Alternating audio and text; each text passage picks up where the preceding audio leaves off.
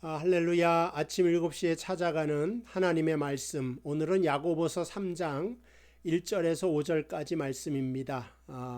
우리 언어에 대해서, 말에 대해서 설명하는 말씀입니다. 내 형제들아, 너희는 선생된 우리가 더 큰 심판을 받을 줄 알고 선생이 많이 되지 말라.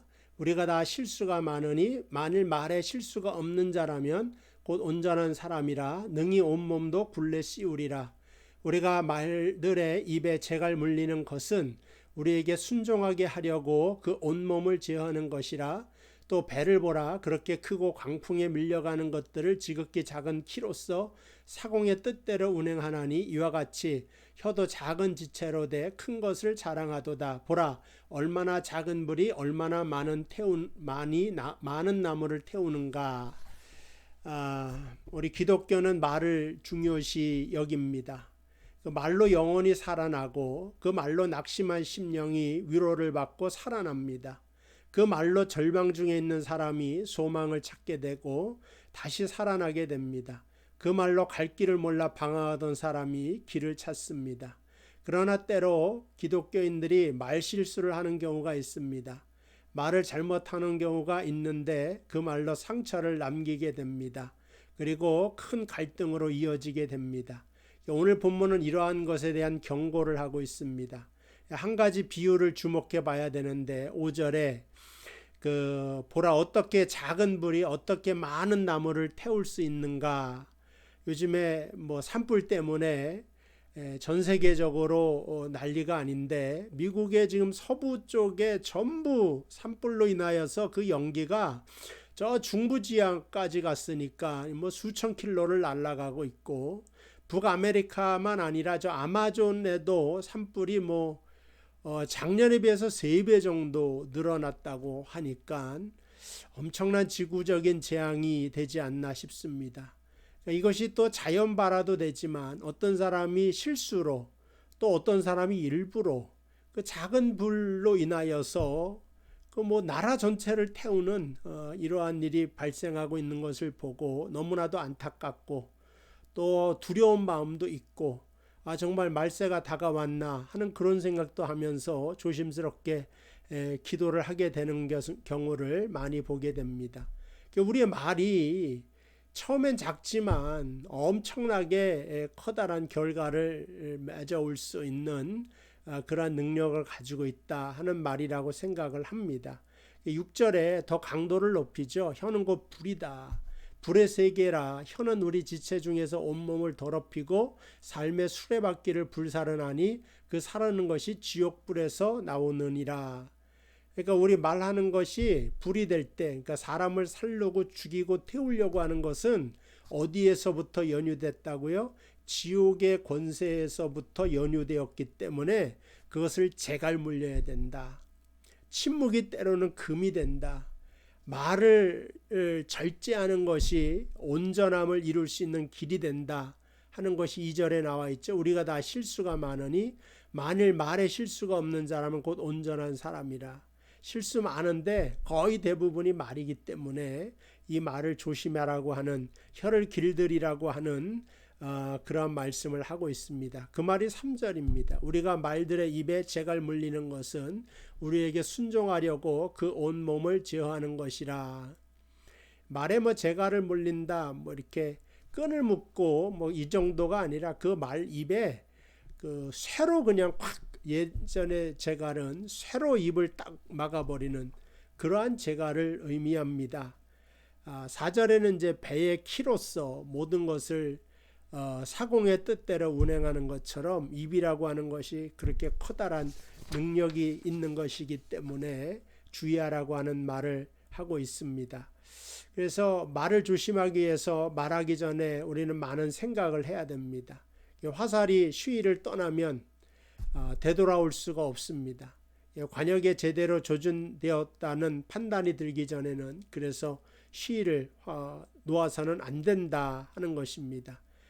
말은 돌이킬 수 없기 때문에 자꾸만 갈라야 됩니다. 그러니까는 요즘에 보면 한강 아니면은 밴쿠버 워낙 그 물이 맑기 때문에 이런 것이 좀 그렇지만, 만약에 그래도 밴쿠버도 이 생활 하수 같은 걸 자꾸만 이렇게 정화하고 그 다음에 수질을 개선하기 위하여 하수 종말 처리장을 늘리고, 그러지 않으면 축산 폐수, 생활 하수, 각종 오염수로 인하여서 이 맑은 물들이 아마 굉장히 더럽혀질 것입니다. 그러니까 우리 말도 마찬가지예요. 자꾸만 이것이 정화할 수 있는 이렇게 걸을 수 있는 안정망이 필요하다. 그러기 위해선 생각을 좀 할 줄 아는 그런 사람이 되어야 된다 하는 것을 우리에게 알려주는 거죠. 정화하는 말 중에 가장 중요한 건 비난하는 말이다. 누군가를 자꾸만 비난하고 싶어 하는데 비난하는 말을 하지 말아야 된다. 비난하는 말, 또 충고하는 말도 있어요. 잠언서에 보면은 지혜로운 자에게 충고를 해야지 어리석은 자에게 잘못 조언하고 충고하면 네가 오히려 화를 당할 것이다, 이런 말을 했죠. 1절에 보면 내 형제들아 너희는 선생된 우리가 더 큰 심판을 받을 줄 알고 선생이 많이 되지 말아라. 여기 이제 가르치는 거에 대한 선생된 우리라고 해야 되는데, 일단 믿는 사람들이 이제 주의해야 되지만 이게 선생이다 그러면 가르치려고 하고 충고하려고 하고 조언하려고 하는데 알아들을 만한 사람한테만 조언을 하고 그렇지 않은 사람한테는 하지 말라라고 하는 뜻입니다. 조언을 받지 못해요, 대부분의 사람들이. 그래서 선생되어 가르치려고 하는 것에 더욱 주의하라고 하는 말씀을 하고 있습니다.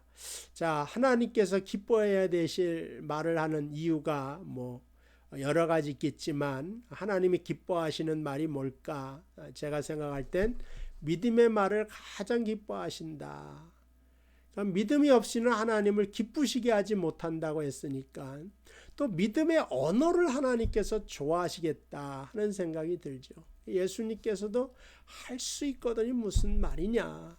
믿는 자에게는 능치 못함이 없느니라. 이런 믿음의 말을 하시지 않습니까?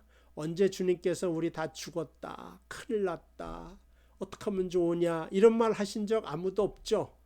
하나님과 함께하기 때문에 되어진다, 할 수 있다, 이런 긍정의 언어를 사용하신 것을 알 수가 있습니다. 우리 인생을 살다 보면 도무지 넘기 힘든 산을 만날 때가 있습니다. 때로는 그 산 앞에서 넘어야 될 산이 너무 크다고 불평하기 쉽습니다. 그러면 끝내는 그 산을 넘지 못한다. 불평하는 자는 산을 넘지 못하지만 산을 바라보면서도 하나님과 나와 함께하는데 하나님은 이 산보다 더 크시다 선포하는 자에게는 믿음으로 그 산을 넘을 수 있는 줄로 믿습니다. 두 번째는요, 사랑의 말입니다. 믿음의 말은 좀 할 수 있는데 사랑의 말은 더 온전한 사람이 할 수가 있다. 그것도 내가 정말 사랑하는 사람에겐 사랑의 말을 하죠. 자녀들에게 사랑의 말도 합니다. 물론 예전에는 제가 어릴 때만 해도 한국 사람들이 사랑의 말을 잘 못해요. 그래서 여기 캐나다, 미국에 가니까 허니, 뭐 스윗, 뭐 heart, 뭐 이런 말을 많이 쓰는데 우리는 뭐 왼수 뭐 이런 말을 하고, 욕도 발전해서 우리 자녀들한테도 뭐 연병할 XX부터 시작해서 막 그런 말을 했는데 미국에 가니까 그런 말을 절대 하지 않습니다. 거의 내가 들어보지를 못했던 것 같아요. 그건 바로 뭐냐, 기독교인 성경에 뿌리받은 문화가 아직도 이들에게 남아있기 때문에 그렇습니다. 그렇다고 생각하는데, 근데 미국도 이게 막 점점 사라져요. 그래서 빌보드 차트에 올라온 노래 가사를 보고 저는 깜짝 놀랐어요. 우리나라 BTS, 방탄소년단의 그 가사를 보면 되게 건전하잖아요. 미국 엄마들이 굉장히 좋아한다는 거예요. 왜냐하면은 요즘 노래 가사들 보면 말로 꺼내놓지 못할 욕설을 막 랩에다가 붙인 다음에 말을 하고 자기 자녀가 그걸 따라 보내고, 뭐 비디오를 보더라도 굉장히 선정적인 비디오를 그 가수들이 찍으면서 노래를 하는데 우리 BTS는 그런 게 없어요. 굉장히 진취적으로 이겨나가자고 희망과 소망을 주기 때문에 아마 더 좋아하는데, 그 중에서도 이제 사랑의 언어가 노래에 있기 때문에 더 많은 팬들이 있다 그런 말을 좀 하는 것 같습니다. 이번에 뭐 다이너마이트도 그래서 사랑의 언어를 많이 놓았다 그래요. 저는 가사를 다는 알지 못하지만 제가 알고 있는 사랑의 언어는 고맙다. 함께 있어줘서 고맙다. 아이들한테 네가 내 딸이어서 고맙다. 네가 우리 집에 태어나줘서 고맙다. 뭐 이런 말들이 있죠. 그래서 연극 배우 윤석하 씨가 아이를 입양해서 키우고 있다 그래요. 그는 이 아이를 가슴으로 낳은 아들이다 그렇게 부르면서 작은 평화라고 하는 책을 썼어요. 그래서 너는 나의 인생에서 가장 큰 선물이었단다. 하늘이 나를 위해 주셨다고 감히 말하고 싶다. 내가 나에게 이토록 소중한 선물이 되어 두었듯이 너도 많은 이에게 선물이 되는 사람이 되길 바란다. 사랑의 언어고 소망의 언어입니다. 한치 앞을 내다볼 수 없는 존재들이 우리 아닙니까? 그래서 늘 앞에 대한 불안이 있습니다. 오늘 상황이 미래가 절망일 때도 우리 믿음의 사람들은 주 안에서 미래에 대한 소망을 품을 줄 아는 사람이 되어야 된다. 그래서 내 시작은 미약하였으나 내 나중은 심히 창대하리라 하는 말씀을 하나님의 세미한 음성으로 듣기 때문에 소망을 품고 살아갈 수가 있습니다. 개인적으로 요즘에 기온 변화 때문에 지구온난화 때문에 이거 이렇게 가지고 10년 20년 후에 어떻게 변할 건가 하는 두려운 마음이 있습니다. 아프리카에 습기가 많아지면서 메뚜기 알이 막 부화가 돼서 지금 중국도 뭐 난리가 아니에요. 다 식량이 부족하게 되면 전쟁이 일어납니다. 해수면이 높아지면은 땅이 부족하게 돼도 또 전쟁이 일어납니다. 3차 세계대전은 핵전쟁입니다. 굉장히 안 좋은 생각들이 많이 일어나는데 그러나 하나님이 통치하시는 하나님이 도우시는 이 땅이 될 때 이 땅에게는 새로운 희망과 소망에 대한 비전이 있게 되는 것입니다. 그래서 우리 믿는 사람들은 아무리 절망적인 순간에도 포기하지 않고 기도하고 또 일어나서 행동으로 옮기는 사람이 진정한 믿음이다. 그렇게 생각을 해요. 그래서 매스미디어에서 뭐 이렇게 부정적인 거, 그 다음에 암울한 말들 이런 거 너무 많아요. 유튜브에도 제가 가만히 이렇게 보게 되면 부정적으로 망한다고 하는 사람도 굉장히 많습니다.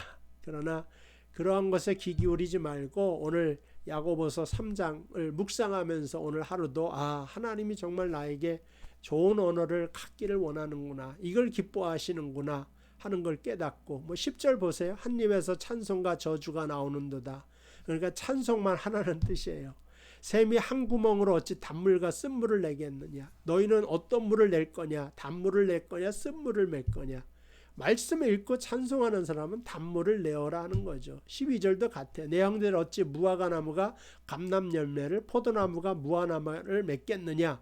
이와 같이 짠 물이 단물을 내지 못하리라. 그래서 믿는 사람들은 믿음의 언어를 내면서 살아라. 오늘 그렇게 살아가는 저하고 여러분 되시기를 바랍니다. 기도하겠습니다. 하나님 감사합니다. 오늘도 우리에게 말씀 주시고 소망의 말씀, 희망의 말씀, 사랑의 말씀 주셨습니다.